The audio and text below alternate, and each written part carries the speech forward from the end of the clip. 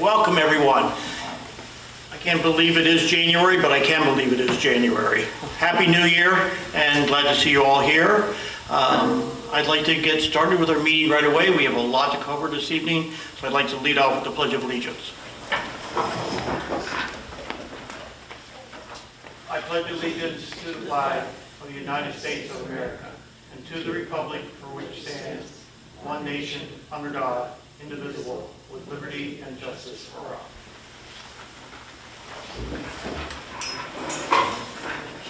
Okay, first on the agenda, we have a public hearing. I'd like to make a motion to open the public hearing in the public comment section for the commercial loading zone update. Second. Discussion? All in favor say aye. Aye. Aye. We are now into the public comment section for loading zone. I'll give you a brief update of what's going on so you can frame it. We have one loading zone in the village of Rhinebeck, and that's on Garden Street, right? To close out completely, our signs are wrong. So with the signs that are there, you could park your car there and pick up bagels and you're in a loading zone because you're loading up bagels into your car, right? Which really isn't what the purpose of that loading zone is for. So the signs have to be amended to make sure they comply with the rules. To amend the signs, we have to amend the code in our code section. So we would be amending, two sections of code. The first one is section 109-1 and the second is 109-25 to address the purpose of changing the sign. That's really what we need to do. So make it enforceable. That's what I just said, to me, so it can be enforceable. I'm sorry, you cannot use the loading zone for your bagel pickup. Any comment? Hearing none, I'm going to make a motion to close the public comment section. Second. All in favor say aye. Aye. Aye. Okay, now we're into the public hearing section, which is already open. For the board, I'd like to make a motion to adopt a resolution to amend chapter. We need to close the public hearing before we make the motion to adopt it. Okay, I make a motion to close the public hearing. Thank you. Second. All in favor say aye. Aye. Okay, now I'd like to make a motion to amend the amendments to chapter 109 under Vehicle and Traffic Code for the purpose of creating an enforceable loading zone on Garden Street. Second. Any discussion? Hearing none, all in favor say aye. Aye. Aye. Passed. Thank you very much. We can now move forward. I can make a motion, I'd like to now open up for public comment. Is there anybody here for public comment? Oh, I was going to say public comment. Shoot. I'm not prepared for it. So You sorry. can speak anytime you want. I know. You usually do. I do. Yeah, but this is like not at all relevant to,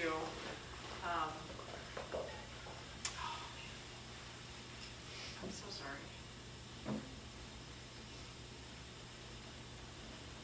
I wrote a little something. It's been a tumultuous month in the Sleepy household, and I wrote a little something.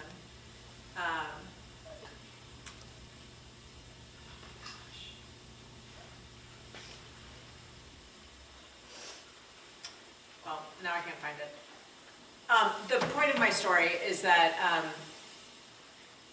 when my husband and I moved to Rhinebeck 8 years ago from the city of Chicago, we had both lived in large cities our entire lives, and we didn't really understand what it meant to live in a small community. And there's something kind of amorphous about the beauty of a small community, and every one of them is different, right? And Rhinebeck is its own personality and its own ecosystem. And one of the things that we learned very quickly was the volunteer fire department was one of the beating hearts of this community and part of what makes it such a beautiful place to live.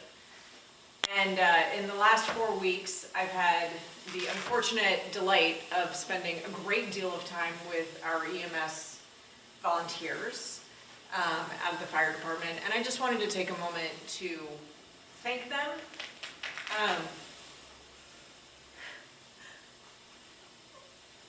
Really thank them for their work. It's a group of people who don't get paid, who get out of bed at 3 in the morning, oftentimes up to 5 times a night, to help their neighbors. And it's a remarkable thing. Like, a volunteer fire department is really a remarkable thing. And we're in conversations now about how to make EMS sustainable throughout northern Dutchess County. And part of that conversation does involve the potential of bringing on paid staff. And that might be what we have to do, and that's fine if we have to do that, and deal with budget implications later. But there's really something beautiful about people willing to do what our volunteer fire department does.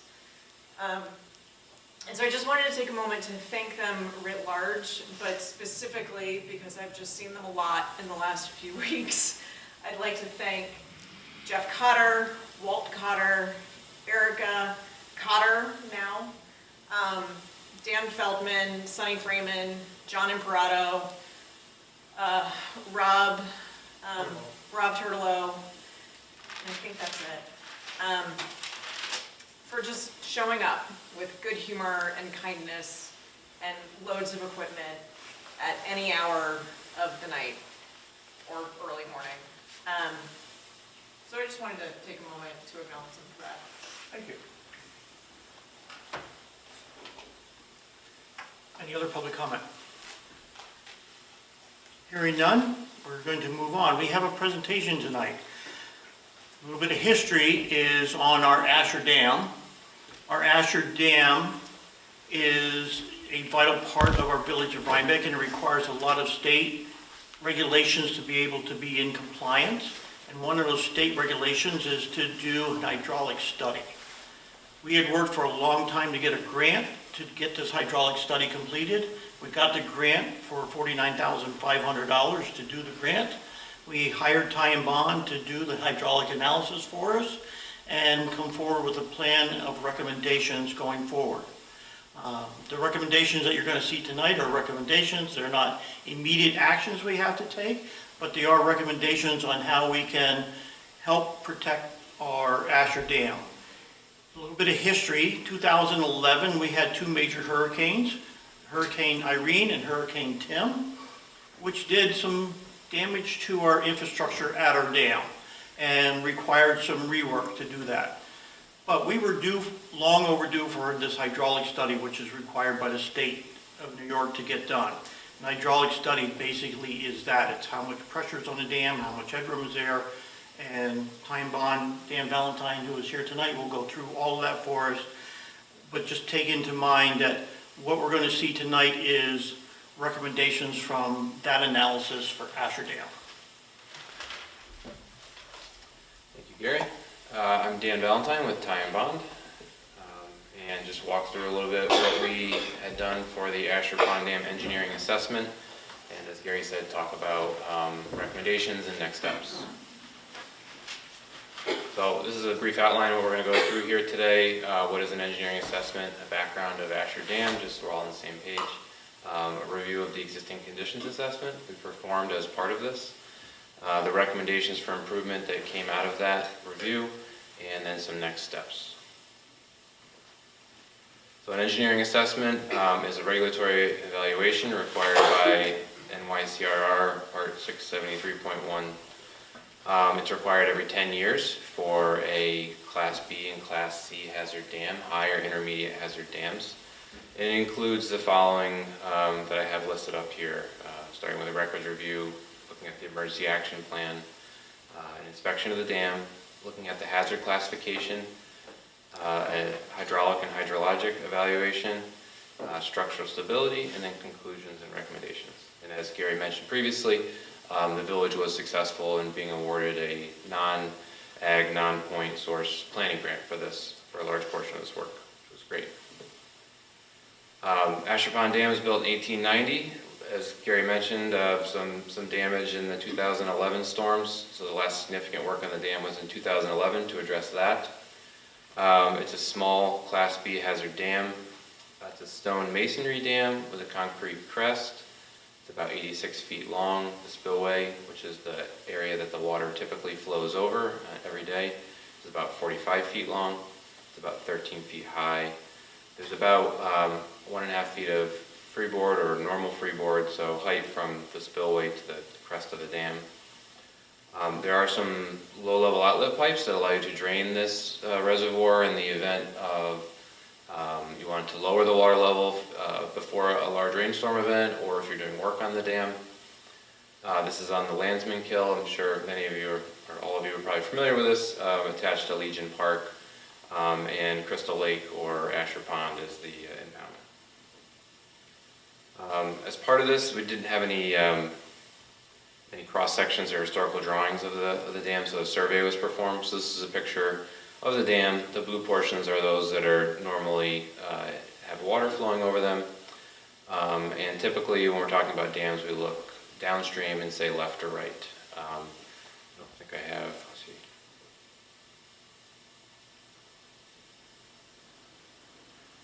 Legion Park is over here with the gravel path, and upstream there is the pier dock, fishing dock. So, as I mentioned, part of the engineering assessment is looking at the emergency action plan. It was last updated in 2022. In general, it's in conformance with DEC standards, which is great. Just some minor modifications to annually update the notification flow chart. We completed an on-site safety inspection with a licensed professional engineer familiar with dam safety, and generally the dam is well maintained. There are some minor maintenance items with some debris, woody debris that wants to be removed. Some cracks on the concrete that have not changed over the years but should be monitored going forward and likely addressed as far as larger dam improvements. And additionally, there was an underwater inspection performed of this. While this project was going on, these two valves shown here, which are the pond drains, were replaced and rehabbed, so those are now in good working order, which is an important dam safety feature. We looked at the hazard classification of the dam based on previous dam breach analyses and the downstream area, and determined that the appropriate hazard class is what it is today, which is a Class B intermediate hazard. I just wanted to make the important designation that condition of the dam is totally separate from the hazard class. The hazard class is really what would happen if the dam were to fail. The condition of the dam has nothing to do with the hazard of the dam. Seems like they should rename it, but yeah. Yeah, it is a little bit of a misnomer, I agree. But I feel like a lot of people get hung up on that, so that's why I mention it. No, thank you for clarifying. Yeah. So what we performed is a hydrologic and hydraulic analysis of the watershed contributing to the dam and the dam itself and its ability to safely pass a heavy rainfall event. For this intermediate small intermediate hazard dam, DEC's design storm is 150% of the 100-year storm.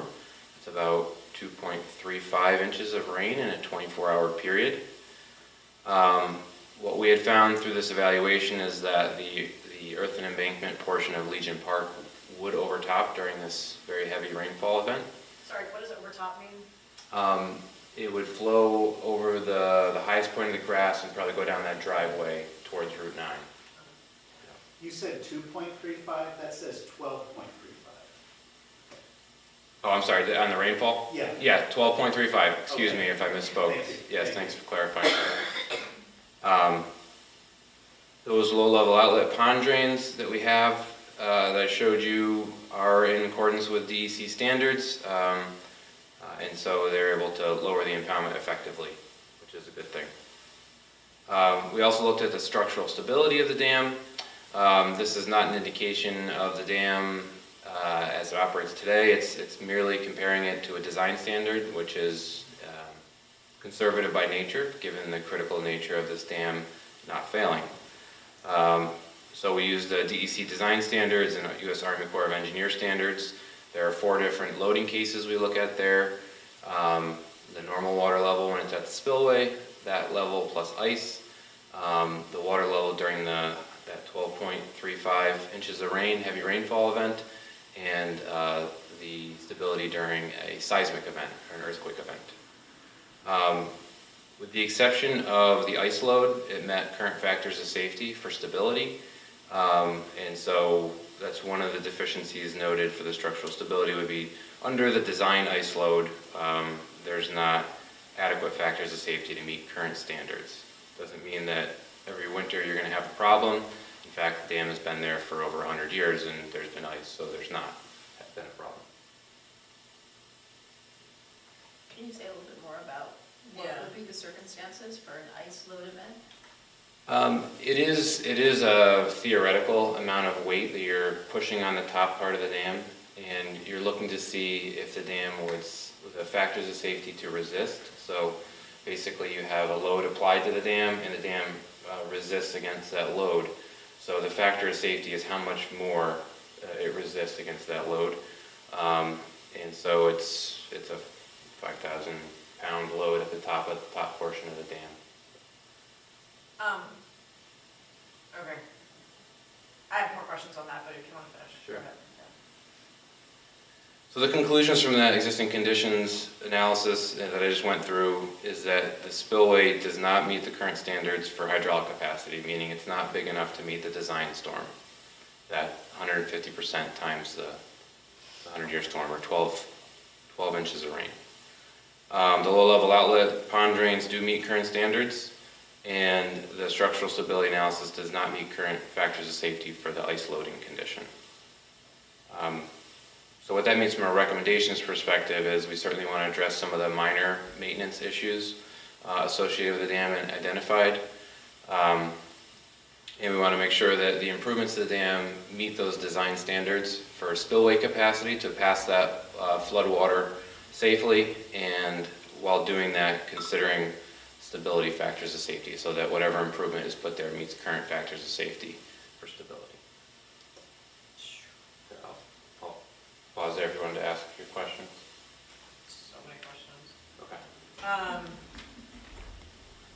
So this thing about the ice, as you mentioned, this dam has been in place since 1890. 1890. We have less ice now than we did in 1890. So the question, I'm sort of like, I'm used to dealing with, say, like historic houses, right? You just grandfather them into the current building code, and, you know, none of the foundations would meet current building code, and yet all of these houses miraculously are still standing. How much of this is just like rules getting tighter and yet houses still stand versus, I mean, like, I am aware that we are a government and this is a government dam and we probably have to meet government standards, but just on a practical level, like, how much of this is overzealous regulation versus actual needed engineering? I won't comment on how zealous the regulation is, but it is really a regulatory requirement. And so I would say that certainly these are conservative standards.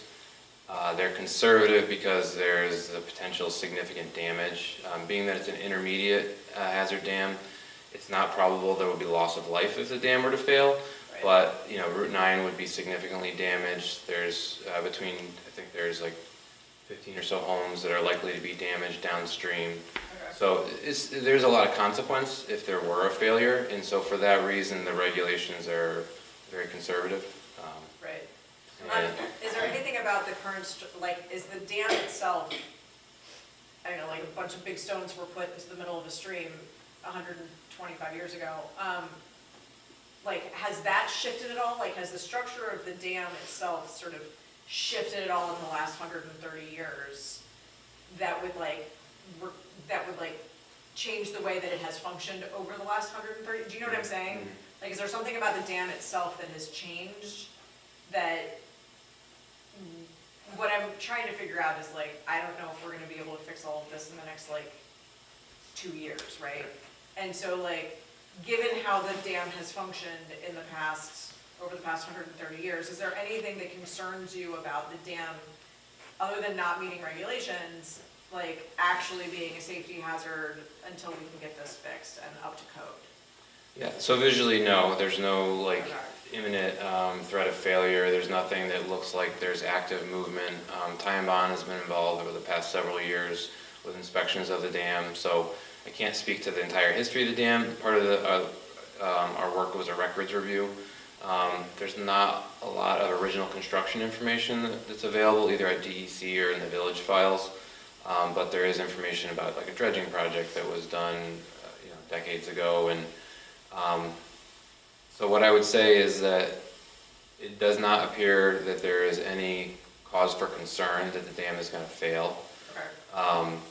That being said, if there is an extreme rainfall event, that changes the equation, and certainly good maintenance of the dam is important in order to keep it functioning properly, aside from making the improvements to meet the regulatory requirements of ice loading and the hydraulic passing capacity. So And could we just, sorry, just one last question. Yeah. If we like lowered the Reservoir or impoundment or yeah, pond? whatever you want to call it, the lake. Freeload.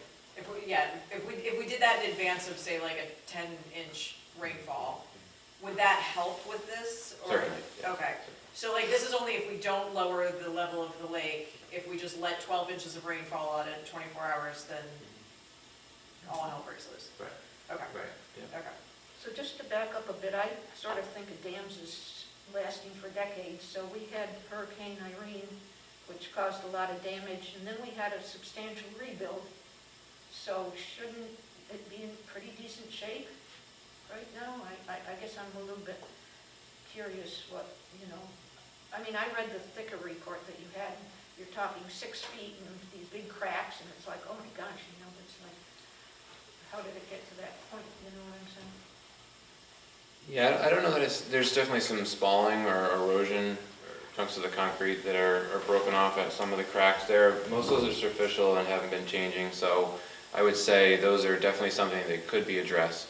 I think that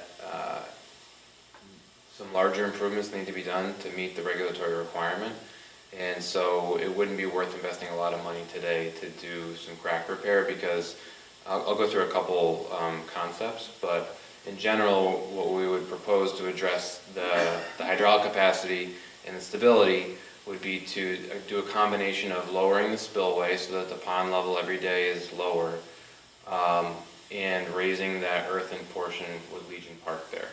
So there's a play between those. You're also going to widen the spillway, so just giving yourself more capacity to pass storms.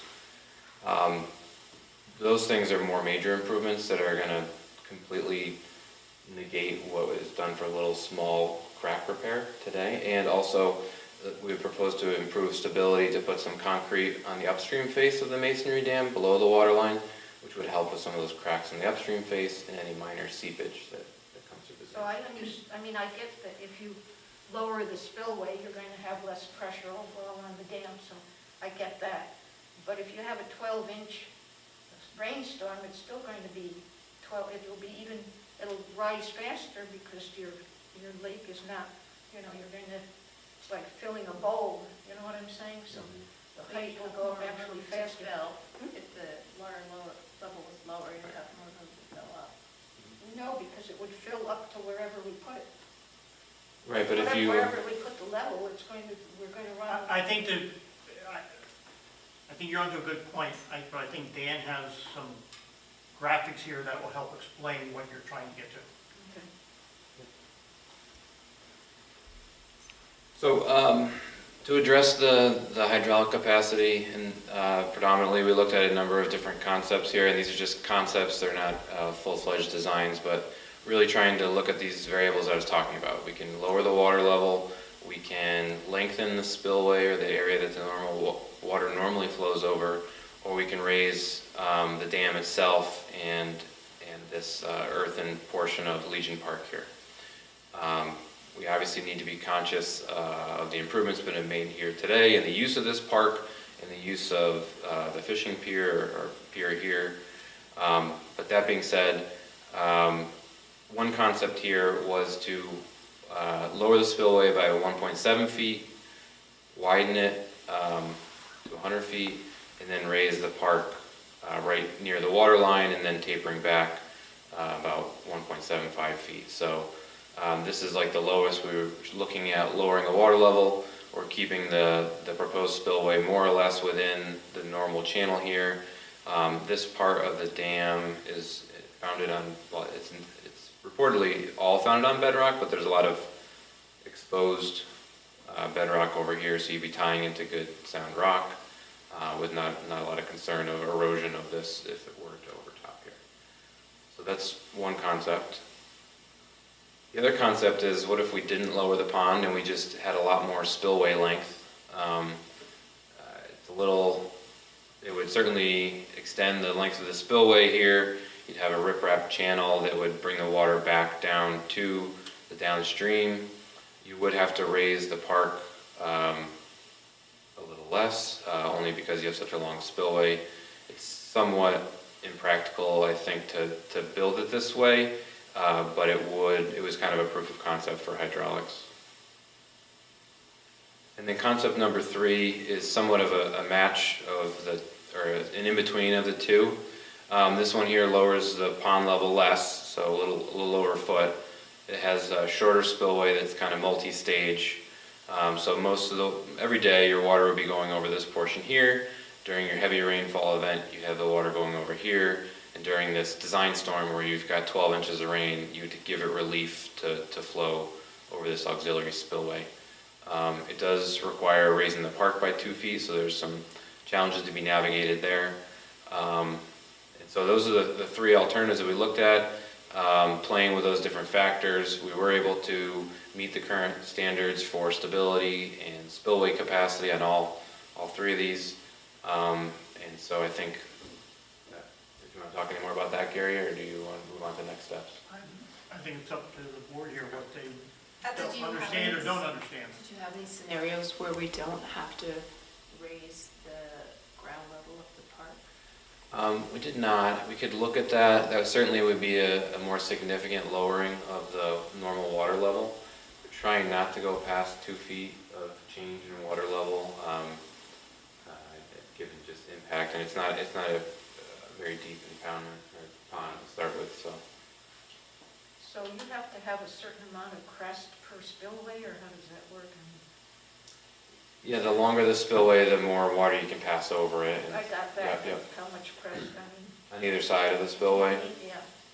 It's not written in stone what you have to have. Some dams are run of the river and they don't have, the whole length is a spillway. Yeah. Is that possible? Or is Yes, that that's not? possible. That's kind of most similar to concept 1. Okay. At the sake of sounding like a rabid environmentalist, you don't have a concept number 4 that says remove the dam. Right. This is true. This is true.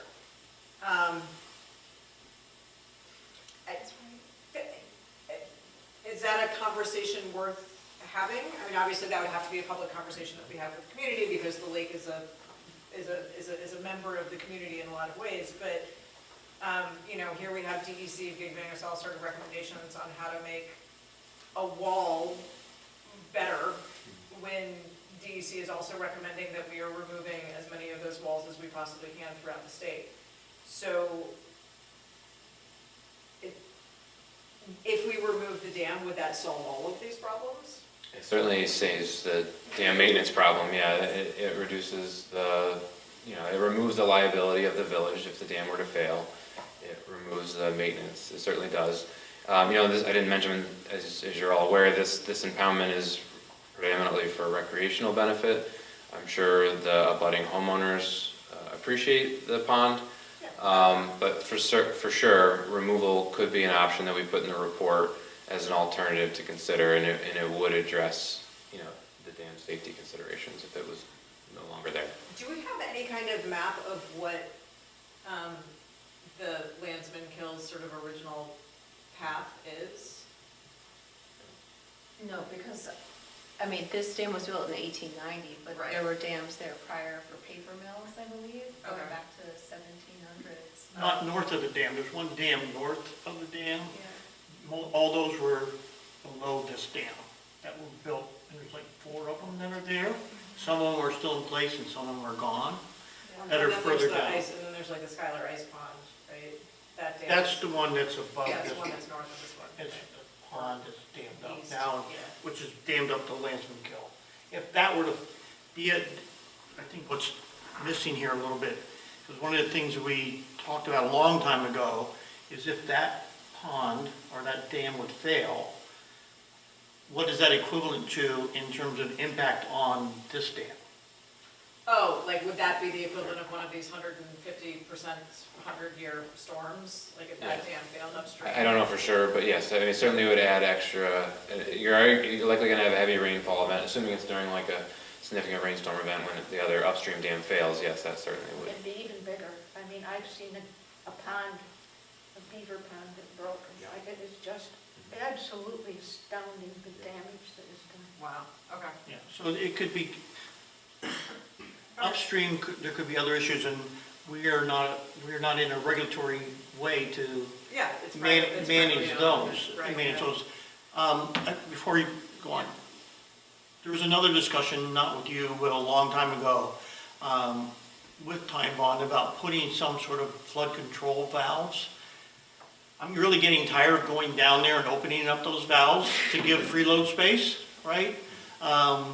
Especially when there's a major storm and being able to predict, because the only job I would like to have going forward is a weather person, because they can always be wrong and nobody ever cares, right? But, so being able to predict how much to be able to load, we've been doing this for years, I've been creating that freeload space. Would there be an option, instead of doing this, to put automated valves that could help manage this?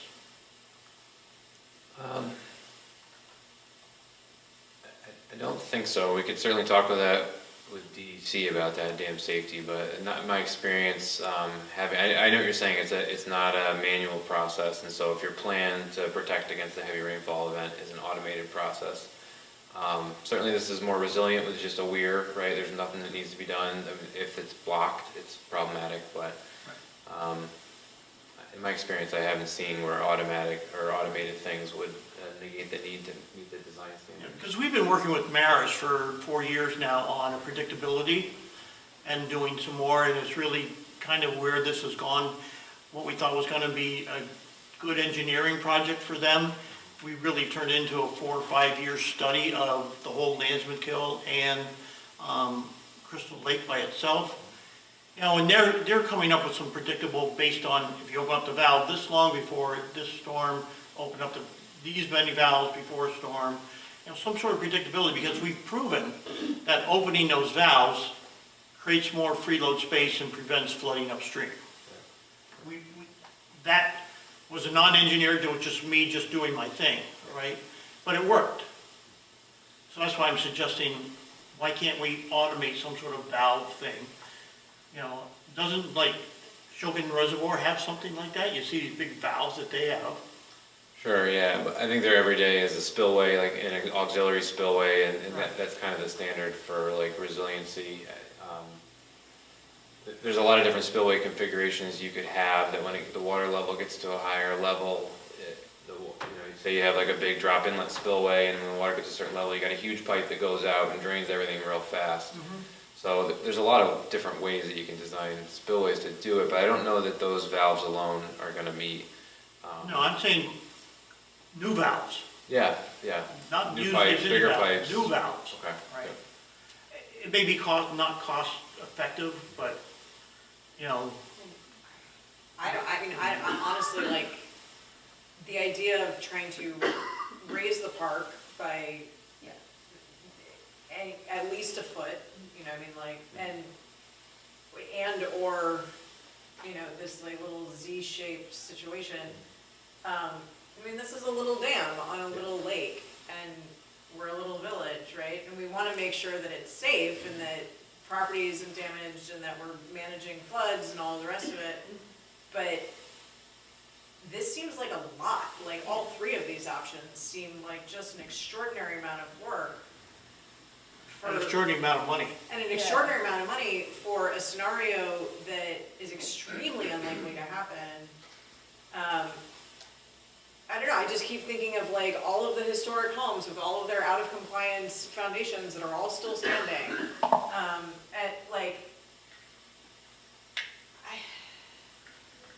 Is there like any alternative that involves manually lowering manually or automatically lowering the level of the lake, kind of anything other than. Like a programmatic Yeah, protocol rather than engineering redesign. yeah. I mean, I know that like you hand an engineer a problem and he's gonna give you an engineering solution, just like you give a surgeon a problem and he's gonna recommend cutting. But I mean, is there sort of one that involves less dirt and concrete? I mean, ultimately, the dam removal thing is what really gets you out of the dam game. It just removes that asset for the village, and it's both an asset and a liability. So it's a community decision, it's a butter decision, environmental, impact decision. Do we have any information on how much any of these three concepts would cost? No, we don't at this point, but it would be a significant project for I mean, sure. like millions, multi-millions, hundreds of thousands, like? I'd say hundreds of thousands to low millions, yeah. And if we did remove the dam, it would be returning the Lansman Hill to its natural stream, right? And the rest of the property would become a park. Yeah, It's owned by the village, so that's what we're talking about. You'd have to fill it in. There's a lake There- right now. Well, there are other towns that have done dam removal, and we could look at what is the, the next year, the 5-year, like how do you conform the landscape and readapt it? There'd have to be a plan for what it would look like. So there's engineering approaches to try to control that, and there's Yeah. also more methods that the river will find its former low point or fallback, so. Just one thing I wanted to add in, that if we don't remove the dam, our comprehensive plan recommends that if there's any changes made at the dam, that we put in an eel ladder. Okay. So that would be part of the permitting process with DEC. As part of doing any major improvement, they would look at fish passage, and eels would be one consideration. Could you repeat that, please? Oh, sorry. Eleanor, what did Eleanor It's say? one of the recommendations in the comprehensive plan is to build an eel ladder so that the American eels can go upstream. Thank you. It's a little unclear because there's 4 dams that are downstream of us, whether eels are actually even getting up to us at this point. But still, if we have eels, they should be able to climb the dam. Yeah. Bellway, that's a good vocabulary word. Yep, low point of a stream. All right, in the essence of time, I'd like to let Dan finish here a little bit now. Oh, Okay, next steps. So we've submitted a draft to you all. The next step is to submit a version to DEC. Certainly take feedback, like introduce an alternative or concept for removing the dam. That's certainly an easy thing to do if that's the direction that the community would like to take. None of these concepts lock the community into doing anything. They're simply ways to show DEC that there's a way to mitigate the not meeting the regulations. And so following that, it's really developing a schedule, and a lot of that is funding dependent. But in general, we plan like a year for design and permitting, and a year for construction. Certainly pursue grant funding, and the next step would be to look at a preliminary design and trying to figure out what an improvement could look like following DEC's review of the engineering assessment. okay. Thank you. Welcome to 2026. Just as a reminder, back in 2011, there were some modifications made to put a spillway and a higher head on it so that water went around that one side, that rock. Yeah. That But it wall really there. wasn't near enough to meet the standard No, after that work was done. December 2023. So we used a little bit of calibration of our hydraulic model, and really the 1-year storm event, those concrete dam on either side of the spillway is overtopping completely. So that kind of gives you a sense for the hydraulic capacity of it if the 1-year storm overtops that. Okay. So the 1-year storm is overtopping it, but the 100-year storm can really just cause all sorts of chaos. Correct. Right, yeah. Okay. I still am struggling with the idea that if you lower the spillway, that huge storm is still going to overtop it. It would come down to how far you lowered it, you know, it's like if you remove the dam by lowering it so much, I agree. But if you only dropped it by like maybe 3 feet and did nothing else, we could look at it, but I don't believe it would pass the storm without overtopping the park area. That would actually be an interesting concept number 4 or 5 or 6 or wherever we are at this point, of what would it take to not have to like rebuild the park? Like what would it take to, what kind of work would it take to the dam to have the park remain the park? And then also what that would do to the height of the lake, so we could just sort of like see how that would actually change the topography of the whole area. Just so you know, we've exhausted all of our money. So we have no more money to pay them to do more work today. Oh, okay. We would have to budget, plan to do this. So, Okay. Okay, sorry. good suggestion, but Yeah. No. there's no money in the budget to do this in the current. Okay, so basically, so we now need to just send this to the DEC, and Yes. then they're gonna tell us that we need to do something, and then we have to figure out what we're gonna do. Correct. They're gonna ask you for a Add the schedule. option of dam removal. Sure, without I can do that. additional funds, Yeah, right? absolutely. Okay. I would appreciate that, Mhm. just, you know, all information on the table. Thank you very much. Thank you. Thank you.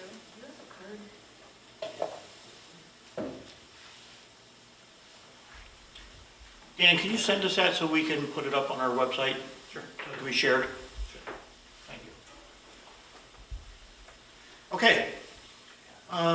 Next subject is, there was a recent announcement for what's called a local government efficiency grant application. This closes in February 4th. When I read this grant application, the first thing that came to my mind is how can we use this, because it's really built on how can municipalities think about efficiency and move forward. And if you're working with multiple municipalities, it helps. So just to refresh everybody's mind, we have a shared server that provides all of our communication between the town and the village. Currently, that server rests on the stage over in Town Hall, right? And there's a cord that comes over and gives us all of our IT and all of our capacity here. Is it buried? No, I said it's on the stage. No, is the cord buried? No, it's over the street. We have the provision to bring it under the street when we did Archtop, Oh, so we like can laid pull the- it. Okay. We have a pipe to do that, right? But the town, I know, is looking at doing some major renovations, and it would be possible, and I'm not sure if this would apply or not, but we could try if we were to move that server from Town Hall to Village Hall. Thinking about the passive energy study that was just done, Vanessa, our goal is to get rid of that monstrosity that's in our basement, which is called a furnace, that really we would like to replace and get rid of. If we were to get rid of that furnace and whatever, there's actually room that we could make in the basement to put the cage. But it's a major change of gear that's over there, not just the servers, right? But the communication that we have here, the communication they have over there, and doing that. So there's a very short window on this application that just came out. The town I posed this to the town. They said, great, go have at it. Find us free money. Go forth on your own, all right? So we're basically on our own. They would love to see it moved, but they would only want it moved if it's coming to us. They don't want it, right? To be perfectly blunt. They would like to get rid of it and have it over here. So I did reach out to PCA, who was our IT, to have them start thinking about what this would cost to be able to do this. I sent a note to you guys so you're all aware. There is money available with a 10% local match that could be shared between municipalities if we were successful at getting this grant. So this is not something that we need to make a decision on, because the grant application is due February 4th, and I can't guarantee you that I can make that schedule, okay? I'm not committing to that schedule today. I'm just committing that if you guys are in favor of it, I'd be willing to work towards something that would relocate the shared server from Town Hall to Village Hall. Okay, and PCA is giving you an estimate of how much to ask for the grant? I reached out to PCA to come talk to me on what it means, and they haven't replied yet. So I don't know what they can supply. I don't know if PCA is even a company that can say, yeah, let's go do X, Y, and Z. I had to start somewhere, so I already reached out to them. So I'm not committing to a schedule. If you guys want this, I'm willing to commit to work on it, but I'm not committing to be able to make this work in the time frame that it has to get this application in, that's all. Yeah, Yeah, it's worth a shot, but like if, you know. but the first question is, you want to put the server here? And you want to put the server in our basement? We have to build a room, condition it, make sure it's conditioned space, moisture-wise, all that kind of stuff. There's some work involved. I mean, is there any particular reason why the town doesn't want it there? It's been there. Do they just not want it there? They don't want it there. I think they need to do renovations. I am not impressed with their renovation plans or what they plan to do to renovate. I'm sure it would facilitate them getting it off the stage. On the stage, it's in a cage, but it's still not the most secure and best location for a server to begin with. Right. Right, it has issues being on the stage from my point of view. It has been exposed to when they had some water leaks due to whatever, and it's open. Is the cage the most secure? We could put it in a locked room, right, if we wanted to. Would the town help us with like the construction of all of that? The town said, go forth. That's it. Okay. So, But hopefully this grant would. we'd have to cover the cost, of whatever it would be. So But there's a 10% match. Right, and then the town would. There would have to be a do share of have that match. 10% Yes, right. in my opinion, yes.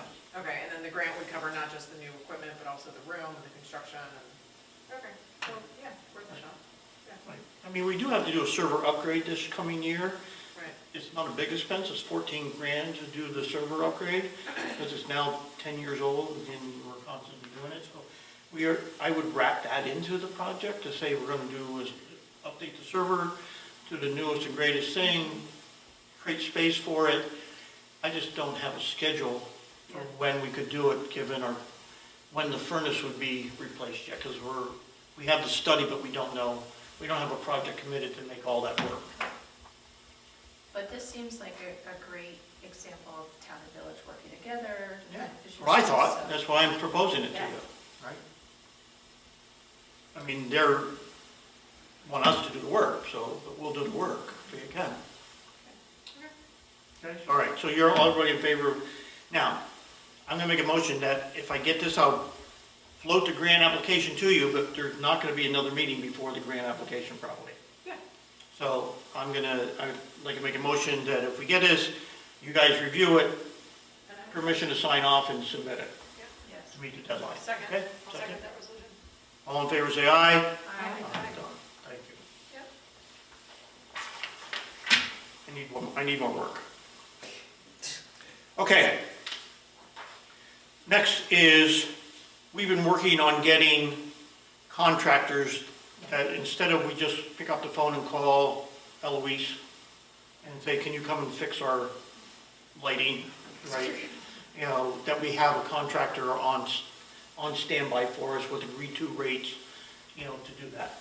We did that for our equipment repair and our digging and everything that we need to do. We did that last month. So last month we proposed for a municipal electrician to do work, because we're constantly having electrical work being done. And we put out an RFP. We did get one response. It was from Howard Electric Inc., 40 Trinity Place here in Rhinebeck. His standard hourly rate is $110 per hour, between 7 and 5. After that, it's overtime. But he has experience in a lot of things. He has done work for us, just to be clear, but he's done wastewater facilities, pump controls, building plan maintenance, interior and exterior lighting, and charging stations. So I'd like to make a motion to accept Howard Electric Inc. as our municipal electrical contractor. Second. Discussion? All in favor, say aye. Aye. Thank you. I also introduced at our last meeting to put in a level 3 charger in the municipal parking lot. Right, and just to refresh everybody's mind, a level 3 charger is the fast DC chargers, okay? So from 150 kilowatts to 350 kilowatts, these are where you can charge some cars in 80% in 20 minutes. We have level 2 chargers here at Village Hall behind us, and level 2 chargers in the municipal lot. They serve a good purpose, they don't go away, they stay, right? We charge for the use of them. Level 3, we're proposing also into the municipal lot. We discussed this last month. I had Central Hudson here. We walked through a design with Central Hudson to make sure they were in agreement that that was a good location. The only thing we debated on last month was, is it on the upper level or the lower level? Remember that? So Ty and Bond wrote a task order, and part of their task order would be to do that analysis for us, because it doesn't matter where the level 3 charger would still be in the same place. It's just whether it faces this way or faces that way, and the one parking spot. So this is a level 3 for one car, right? One car. Put it. And just I think it takes 20 minutes.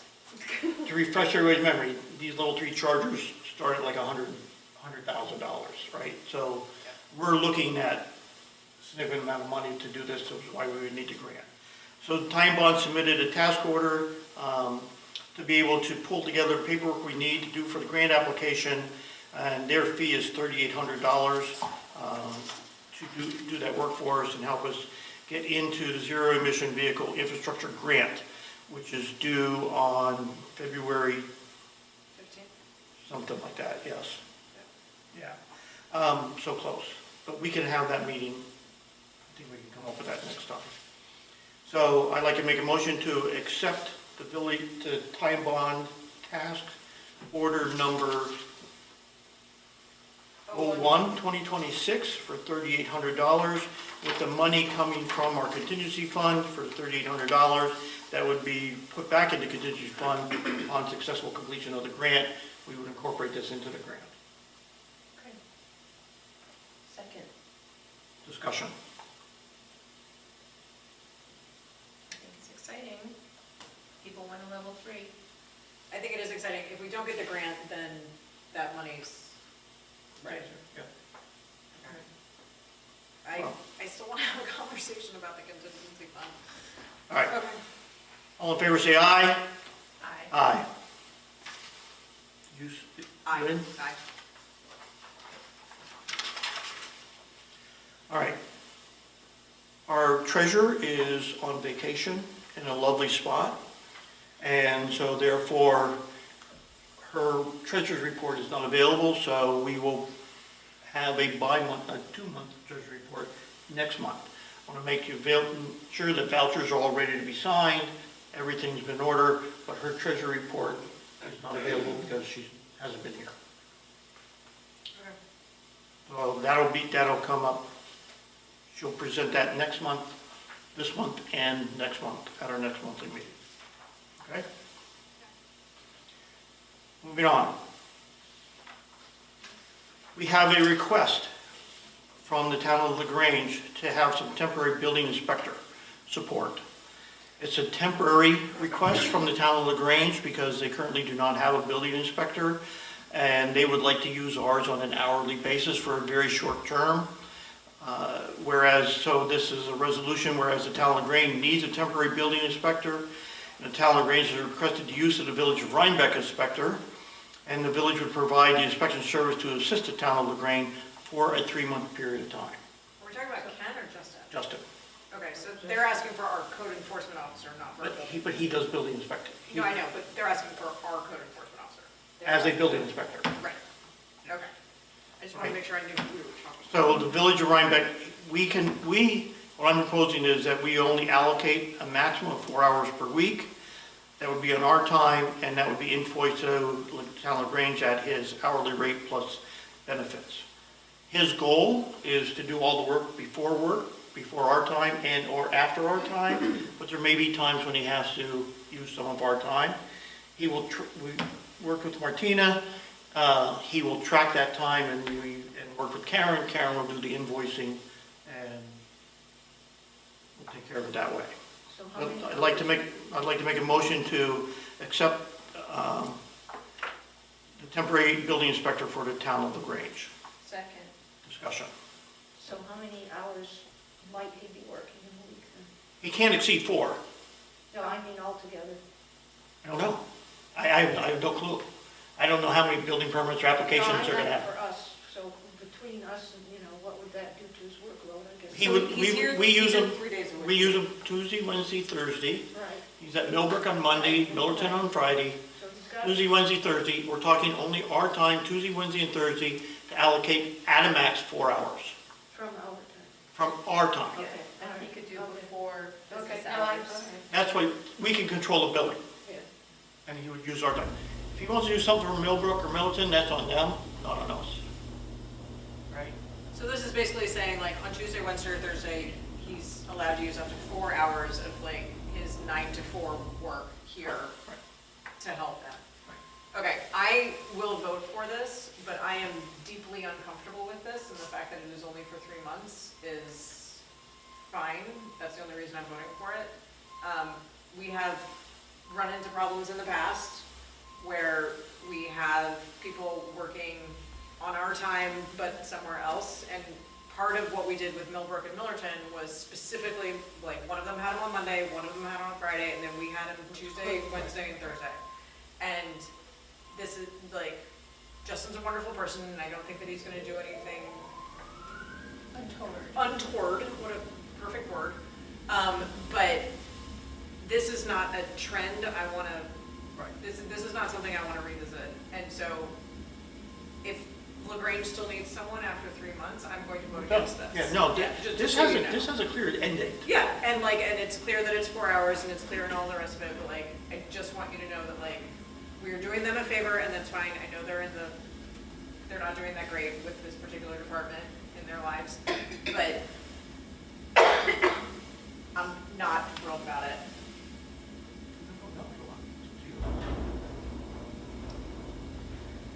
I know that Justin's probably trying to do his little boss a favor, and that's fine. He's trying to get it done without impacting us. He's working hard to get it done without impacting. Yeah, and like, and we just got to the point where we have a zoning enforcement officer 3 days a week, and, part of what the comp plan implementation committee is keeps squawking about is, are we actually gonna be able to enforce any of these things that we're doing? And like, now that we have someone 3 days a week, we can, and so the last thing I wanna do is now start reducing that number of hours that he's here. And obviously, the new zoning, the new zoning code isn't gonna happen until after 3 months from now, and so like, but this is not a great precedent. But we try to help. But we try to help. We're trying to help. And so They would help I'm us. acknowledging neighborliness, and I'm also saying that I'm also glad it's for only 3 months. Yeah. All right. All in favor, say aye. Aye. Okay, thank you. Charge point renewal. We're speaking of chargers, our level 2 chargers that are over here. Every year we have to pay the bill. We budget for this bill. We need to renew the quote for our monitoring and our service agreement. So it comes to a total of $4,220. I'd like to make a motion to approve the charge point renewal quote for $4,220. Second. How much more than our normal ones, has this gone up at all? No, Oh, okay. no. There's a detailed breakdown Yeah. in your packet of each one of what it costs, okay? And we have used it. Yeah, no, I get it. I just didn't know if it was. I don't know how much you guys use the website or whatever to monitor what's going on there, but the website is very useful for giving information on how it's being used, when it's being used, and how many users are using it. Okay? Is it still mostly the municipal lot, or are people using the one back You're here? supposed, yeah. But it's primarily there. I mean, I was looking at the bills, so. Well, we've had these off a lot lately. We had them off for the construction of our The new septic field? new septic field, and we had them off when we were doing some work, other work back there. So they've been off more than they've been on lately, so the usage over here is down. All right, but that's approved, thank you. Okay, Martina, can you talk about the record of activity for retirement, please? Did we all vote on that? I thought we did. All in favor, I thought I said, all in favor, we'll do it again. All in favor, approving the charge point quote? We said aye. Aye. Aye. Okay. Yeah. Yeah, I thought we did. For elected officials who would like to take part in retirement, they are required to provide what's called a record of activity.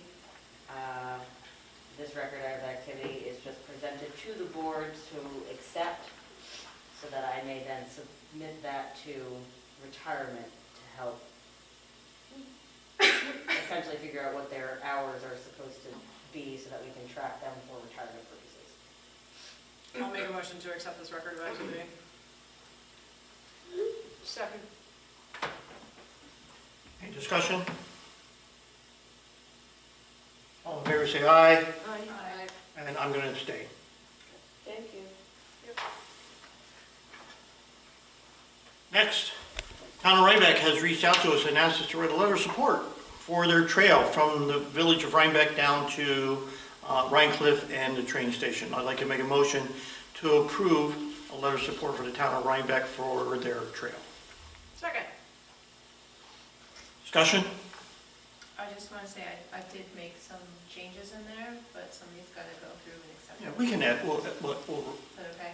I wasn't sure if it had to be finished by tonight, but, I said She tomorrow needs we get to it find tomorrow. out tomorrow. okay. Yeah. Tomorrow. All in favor, say aye.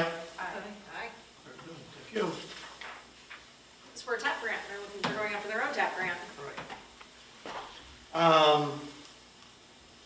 Vanessa, resiliency planning tool.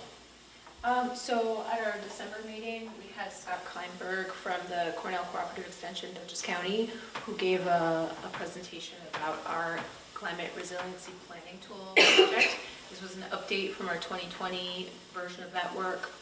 And I just wanted to make a motion to formally accept the report and the documentation from Scott to go on record. Second. Any discussion? All in favor, say aye. Aye. Keep going, help see. Okay, cool. So I'd like to make a motion that we launch the village's participation in the Help Seed program. Second. So I think I introduced this before, but this is it's a Dutchess County program where municipalities in Dutchess County can participate for free. The program is called HelpSee. That's the partner that the Dutchess County has chosen. The village is going to participate by basically announcing it and marketing it to our community. If you live here in the Rhinebeck Village, you can go onto HelpSee, you can put in your zip code, you can schedule a pickup at your house of used clothing, shoes, bags, other textiles, stuffed animals, all these sorts of textile-related waste, rather than going to the landfill, can be recycled through this program, and it can be free. I also wanted to give an update. I talked to the town. They're also participating, but instead of being able to schedule a pickup at your home if you live outside the village, you can use their drop-off spot. They will have a drop-off container down by the parking lot at the town park, coming soon. But for village residents, if you want to schedule that pickup, we'll have, I'm working with Martina on announcing this and sharing the URL and the phone number where you could schedule that pickup. The HelpSee folks will be doing a route through the village on the second Tuesdays of the month, starting in February. So you can, as soon as we launch the materials, you can go and schedule your pickup along the route. I think we're one of 16 municipalities in Dutchess County doing this, including our friends in Red Hook. So we're really excited to be able to present this opportunity to reduce waste and encourage recycling. Any questions? Yeah, is there a link that really specifies what goes in there? Yeah. Like, I'm just wondering what they do with it, so, it doesn't matter if Yeah, so, if the sleeve is ripped off or something. right, you know they what I'm can, saying? the clothing can be damaged, like, the nice clothing, they can resell it, send it to other programs. Damaged clothing can be recycled into other products, such as insulation and padding. So it just needs to be clean and dry. And they'll take it all together, you don't have to sort it, or? Right, they sort through everything. So all they ask is, like, you can have a jumble of shoes and old sheets and holy sweaters, moth-eaten sweaters, as long as everything is clean and dry and bagged up, they will come pick it up from your stoop or from your driveway on the appointed day. So I want to make a caveat here, which is only leave your stuff out on that appointed day if you've scheduled your pickup. We do not, in our beautiful little quaint village, want random bags of stuff just like hanging out on the sidewalks. That will be considered littering, and I've already talked to the police about that. So we'll have those rules, and we'll have the list of the specific items you can recycle through this program on the website. And then village residents, can they go to the town site? Yes. Because we can't really Yes, leave we things, are. Outside our door. Right, so we are, as village residents, we're part of the town, we can participate in the town's drop-off spot, which will be, it's not there yet, but it will be down by like where there's, I think currently a dumpster, kind of right across from where the pool is, by the entrance as you come down the hill to the parking Eleanor, we lot. also talked about the staff having a drop-off at the village. Oh yeah, in the village, highway department, the other guys, they've got, So I'll be sending out an email to the Uniforms staff, that that can be if the recycled. staff has things, I will collect it, and then we'll do our pickup collectively from here. that's great. It's Yeah. awesome. Look forward to that. Yeah. It's just, textiles is one of the fastest growing sectors of waste, so I'm happy to be able to be part of the solution here in the village. Fast fashion is not doing any of us any favors. Yeah. Do Thank you know when you. the first day would be? What? The first pickup would be the second Tuesday of February. I've already got stuff. All right, cool. So, should we vote on that? I think we'll get a second. We already approved doing that. This is just a really more of an announcement of how it's going to be done, in my opinion. Well, you have a motion and you have a second, so you may as well. Yeah, there's a motion. All in favor? Aye. Aye. Thank you. Great. Okay, next on the agenda, we had what was called a disability and tax earning. I'm going to table this only because, again, Karen was not able to get us all the information we need. But just to give everybody an idea of what's going on, since 2014, we've been paying to the Hartford for a disability and paid family leave benefit. And it's been rolling over every year, and we've never really approved it. So one of the things I want to do is bring back to the board how much this insurance premium costs us, and have us approve if we want to continue to do this New York State disability and paid family leave.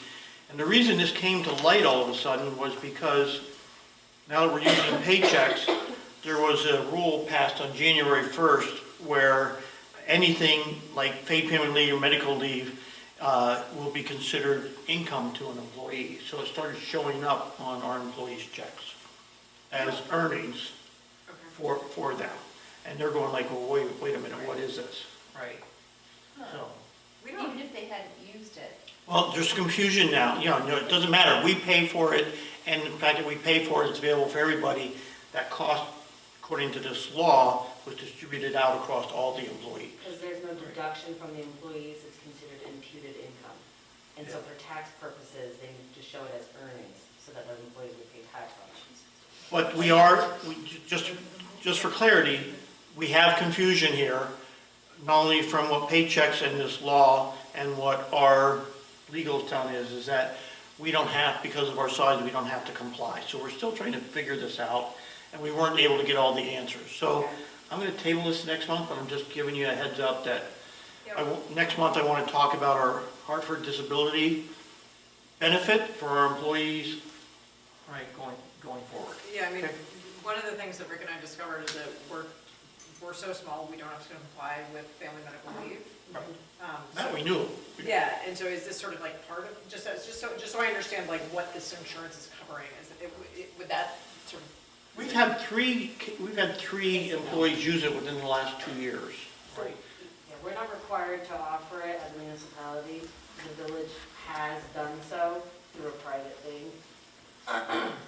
So it's two different things. You have to decide if you still want to do that. And if you do, if we're required, it seems like we're not required to have to pay into it, but, So is this like short-term disability, long-term disability, like what is this? the policy we have is paid for paid family leave and short-term disability. Okay, great, thank you.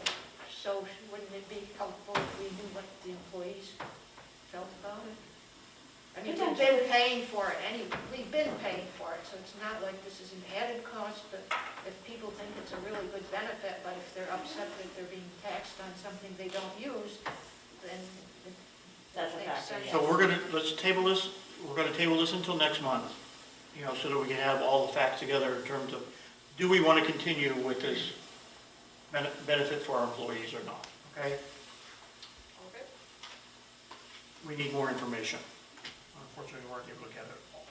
But if you have any questions with what's been provided, let me know, and then I'll make sure to get those answers for tonight. Okay, Martina, Village Election Day. I just need the board to formally motion that the village election for 2026 will be Wednesday, March 18th, from 12 to 9 here at the Village Hall. So moved. Discussion? All in favor, say aye. It's a second. Oh, second.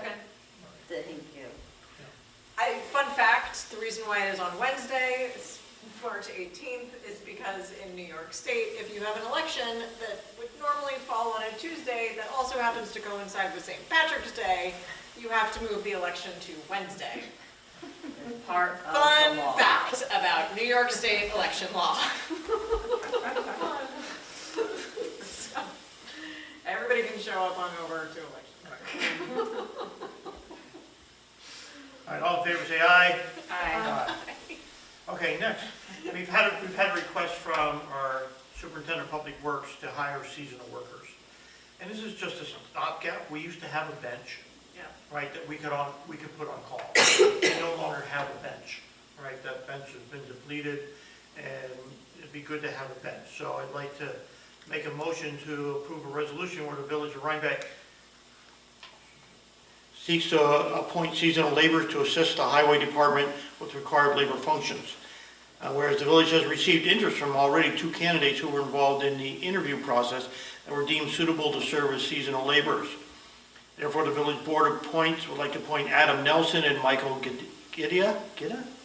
Guida as seasonal laborers for the Highway Department, be it for the result that the Board of Trustees, Adam Nelson and Michael Guida, as on-call seasonal laborers at the rate of $20 an hour per each. Be it further resolved that such appointments shall be seasonal in nature and that these individuals shall be considered part-time employees to be utilized on an as-needed basis at the discretion of the Superintendent of Public Works. Second. Discussion. All in favor say aye. Aye. Very good. All right. Rick's not here, so anybody who wants a tree commission, please go to our site, and the minutes, I believe, are posted for the tree commission. Oh, can I just make a comment about the tree commission? Sure. A while back, Will Caruso from the wastewater treatment plant had the idea of planting some trees around the perimeter of our wastewater treatment plant property line. And I asked the tree commission to look into that, like what kind of trees could be nice screening there, which I was very grateful that they did. However, it came to light that Locust Hill Development might be doing some construction in that area. So we're gonna hold off on actually doing the planting until that is sorted. So we know what to plan. There's Right. the exit road comes out onto that road. We have about 125 feet of road there, which is our road. They've asked us for permission to, when they come get to it, if they could improve that road as part of it. I'm sure we will accept that when that happens, but we don't have a work plan for what they're planning to do. Right, and then there's also the question of their tie-in to the wastewater And treatment when plant. the wastewater treatment line is coming out there and will run up Astor Road, there's a discussion about relocating that out of Astor Road back onto the other property, which is not our property. And even to put trees in front of the plant is not our property. Right, So it yeah, doesn't work yet. right. So I just wanted to give you that update, that if you hear anything about, because I think the tree commission discussed it, and so I wanted to just publicly say, thank them for looking into it, and hopefully we can do that planting in the future, in the near future. Climate smart. Okay, so, I would like to present to the board the 2025 Annual Climate Progress Report. This is a report that I obviously do, just to give an overview of what was accomplished in the prior year. And then I have my, my monthly report going over what happened in December. Our big project really is working with C plus GA on the HVAC update to this building. So we need to move on to looking at implementation, since they submitted their report in December. So that's very exciting. I also wanted to let the board know that I submitted the final reimbursement request to the DEC for the compost project, so hopefully I'll get confirmation of that soon. Well done.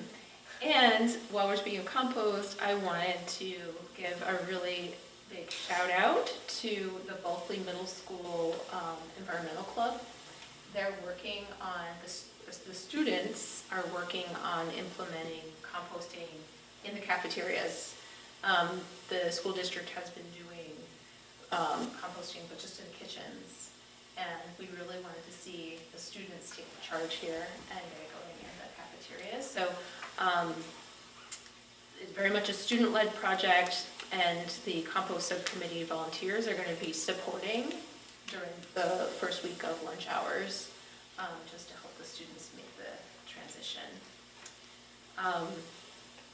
And then, maybe the only other thing I have to mention is that we're soon going to be meeting, members of the Climate Smart Task Force are going to be meeting with Winnicke and talk about the upcoming amphibians migration season.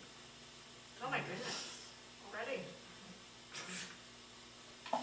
And just a reminder on compost for everybody, our compost facility is not a place for holiday trees.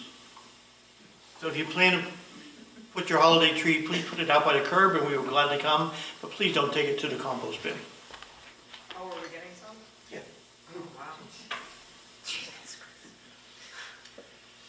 wow. Eleanor, parks. So, Mini Park, the RFP for the removal of the kiddie area has been posted. Hopefully we'll get some results from that.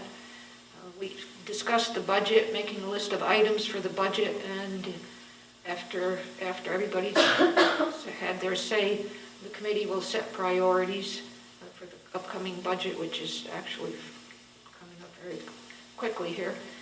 The Legion Park, it was brought up that the village had surveyed the residents a few years ago, and that one of the issues that they were very concerned about was the memorial, and I completely agree. I mean, I have my eyes on that, and I do agree that it's a priority. But at this point, the committee has decided to start with the 2 to 5 kiddie area, just because we really want a place where children can play. Kiddie area for the Legion Park? No, for the mini. That's why we're focusing on the mini park, because we had that discussion, and I agree that we have to look at the memorial, but we're sort of we're focused right now on doing the other piece first. Also, I'm recommending Randy Allstat and Kathy Golden for 2-year terms, and Bridget Boland for a 3-year term on the committee. Their terms were set to start January 1st, and it's off a bit because we didn't have the second meeting in December, so it's sort of retroactively. Randy served as administrator of the Poughkeepsie Water Treatment Plant for 30 years. He volunteers for the Hudson 7, and I took his tour. He was absolutely fabulous. Kathy Golden is an active member of the Rhinebeck Garden Club. She served as treasurer for 4 years, helped choose the location for the pollinator garden, and helps to maintain the flower beds in the Doughboy Park. Bridget, she's a senior philanthropy associate at the Trust for Public Land. It's a national nonprofit that works with communities to create parks and protect public land. And her work includes coordinating fundraising events. She can write grants. She showed me some pictures of some of the parks that she's worked on, and it really was impressive. So I make a motion. Appropriately beautiful for her resume. Huh? What's that? Appropriately beautiful, given her resume. Yes. Even more beautiful than her resume. I cut a lot out of her resume, but yeah. I make a motion to appoint Randy Elstad, Kathy Golden to 2-year terms, and to the Parks Committee, and Bridget Boland to a 3-year term, retroactive to January 1. I'll second that. And I just wanted to point out too that the reason I didn't just do 3-year terms is we had a couple of people leave the committee, and then everybody would have left at the same, we're back to the same problem, everyone would have left at the same time. Yep. Makes sense. So we just need All right, to. all in favor, say aye. Aye. All right, Okay, thank you, Bart. Thank you. great. You have anything on the comprehensive plan? Oh, can I just add one more thing? The pollinator garden looks good because I contacted the owner of that pink house next to the lot, and he's still fine with it going in, so hopefully that will go smoothly. Great.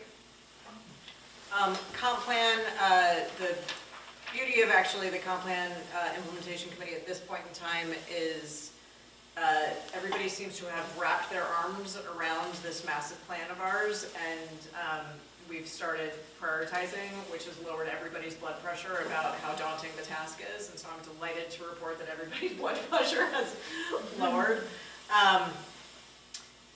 The zoning code obviously is the top priority. We're already working on it. As a result of the zoning code being the top priority, it's become pretty clear that the pattern book is going to be sort of the second most priority, because that's going to be a companion document to the zoning code. And so they're working on some recommendations around that, gathering information on how much that's going to cost. It's not going to be cheap. And with the goal of having something in place sort of within 6 months after the zoning code is passed, as just not just design guidelines, but really like this is the pattern of the village, and this is what it looks like, and this is what a village street looks like with the buildings and the trees and the sidewalks and the, blah, blah, blah.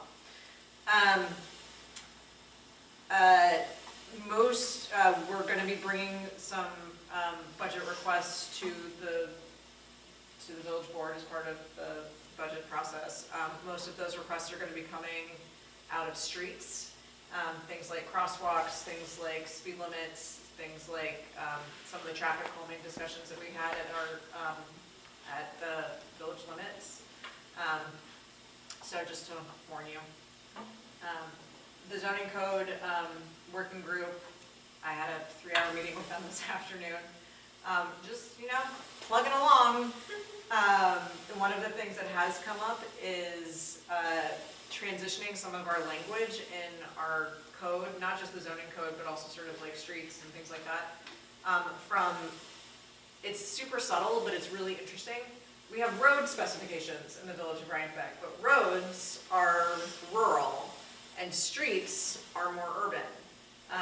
And so we don't have like East Market Road, we have East Market Street. And so there's some things that about our code that sort of indicate to someone who knows what they're talking about that we are a rural farming community, and we are writ large, but the village itself is not. And so there's been some interesting conversations about changing some of that language. Another interesting conversation has come up. The word character is used in our current zoning code a lot, and character is a bit of a dog whistle, to be perfectly blunt, about, that's not the character of what we want. It's very amorphous. It has been used in the past for exclusionary zoning. It has been used in the past for redlining. Character is sort of a dangerous word to have in zoning. So we're making very sure that the word character is not being used, and instead we actually use what we mean, like specific phrases around what exactly it is that it's trying to say. So that's also been just like an interesting little sidebar about how we're cleaning up our current code.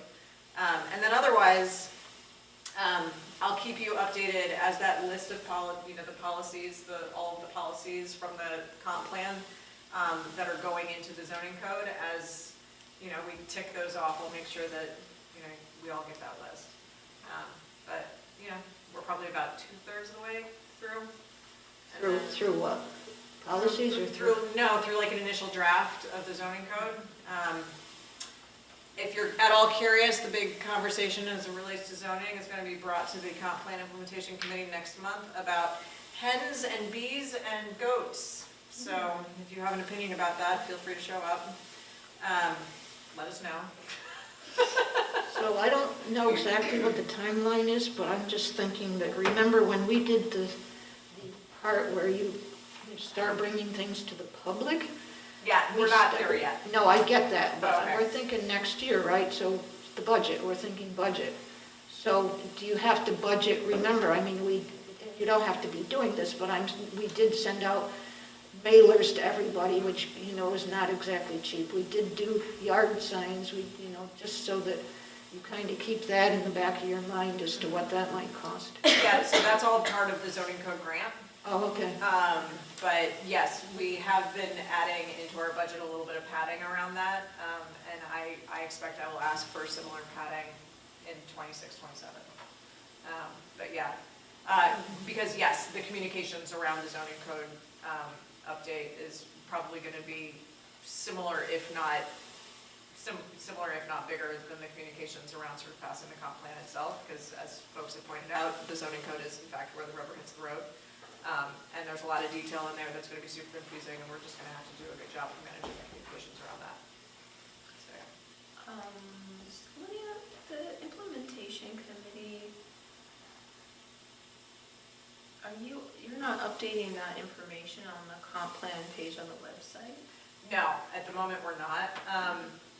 We have a subcommittee on communications, and at the moment there's like not a lot to communicate about. It's like they're getting their arms around it. They're trying to figure out which way is up. We're working on the zoning code. I mean, like, so I just gave you what there is to I communicate know, you about. said the implementation committee meetings are open to the public, but. Oh, I can update that. Yeah, maybe post those so Yeah. people know that they can come and observe. Sure, yeah, I'll do that. In general, they are the first Thursday of the month from 6 to 7:30. This month, they were on January 8th because the first Thursday was January 1st. But yeah, I'll make sure, I'll update that, because I think right now the web page still is sort of like asking for people who want to raise their hand and things like that. Okay, yeah, I'll update the website. Thanks for that reminder. You done? Yep, done, thank you. Okay, we're moving on to special requests. I'd like to make a motion to, reschedule. We need to talk about rescheduling our end of the month meeting. Because it happens to be the day of the primary. Oh. Okay. And the primary is 12 to 9 here, right? Yes. Right. Right? Yeah. Do we want to reschedule it, or do we want to cancel it? Your call. Do we need, It was something that you I have wanted, nothing- I have- right? what? Wasn't is there anything that you wanted? Do we need to do anything before The ZEP anything? grant? February 4th grant? I could do that at the beginning of February, the one, because that's due after our other meeting. And So then that would be we just fine. gave you permission to do I'm doing the other one. server one without. And we don't have any RFPs due before The 30th. our next meeting in February, right? Our next RFP is due on the 30th, so that can wait, that would have to wait till February anyways to be awarded.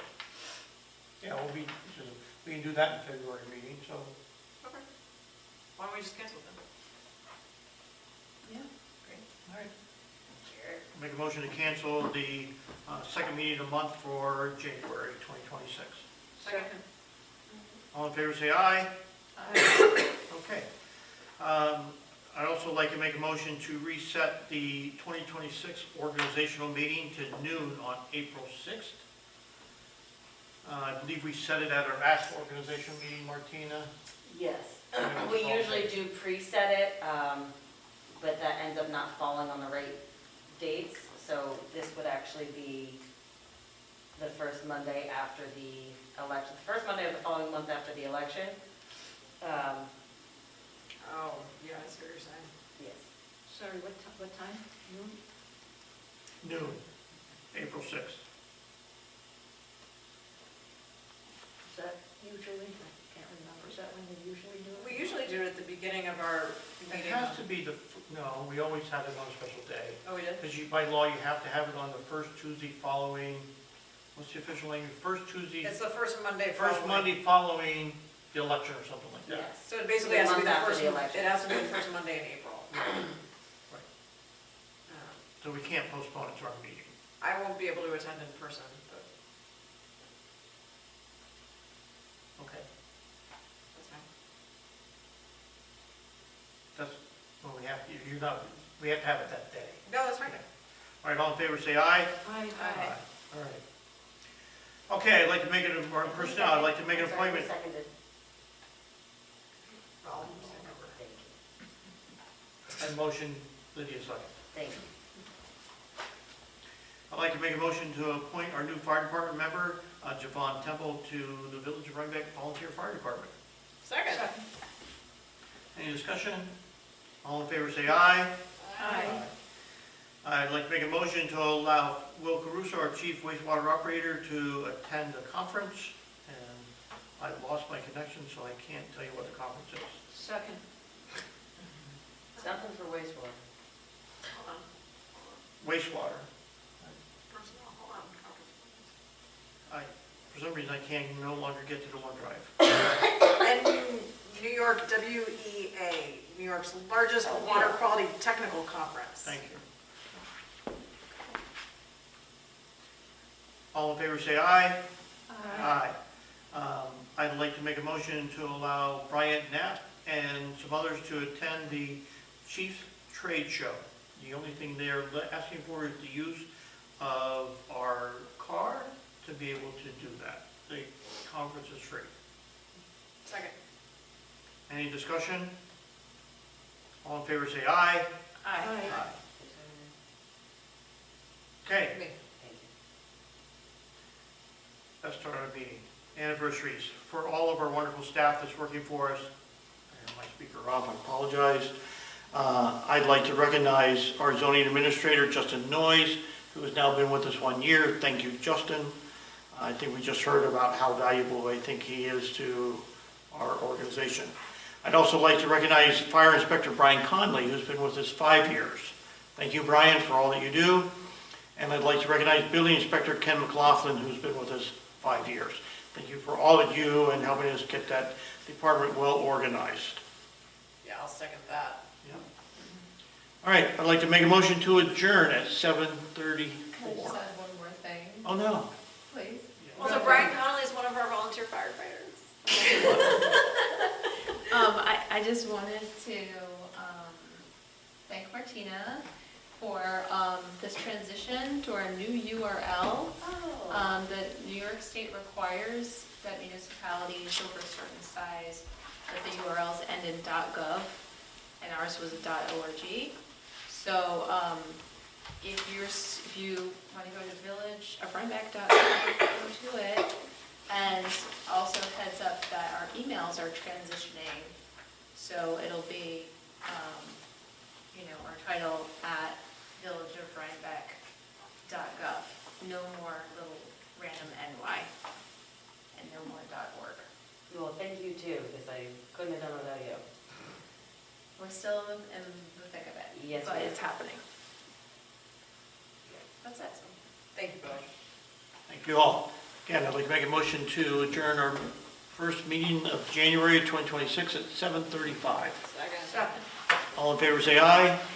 Aye. Thank you all for coming.